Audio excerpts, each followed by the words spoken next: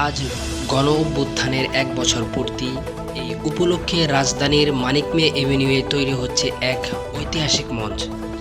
বিকেল ৫টায় অন্তর্বর্তীকালীন প্রধান উপদেষ্টা ডক্টর মোহাম্মদ ইউনূস পাঠ করবেন বহু প্রতীক্ষিত জুলাই ঘোষণাপত্র।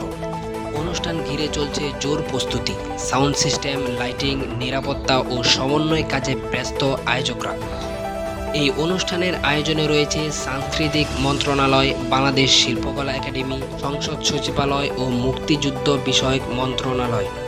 এমনকি একাধিক জেলা থেকে অংশগ্রহণ নিশ্চিত করতে বিশেষ ট্রেন ভাড়া করা হয়েছে।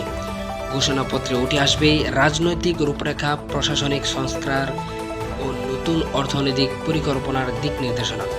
দেশবাসী আজ অপেক্ষায় কেমন হবে এই জুলাই পত্র। পরিবর্তনের দিকেই এগাচ্ছে বাংলাদেশ। মুজাহিদুল ইসলাম, মুফিদ, বাংলা নিউজ।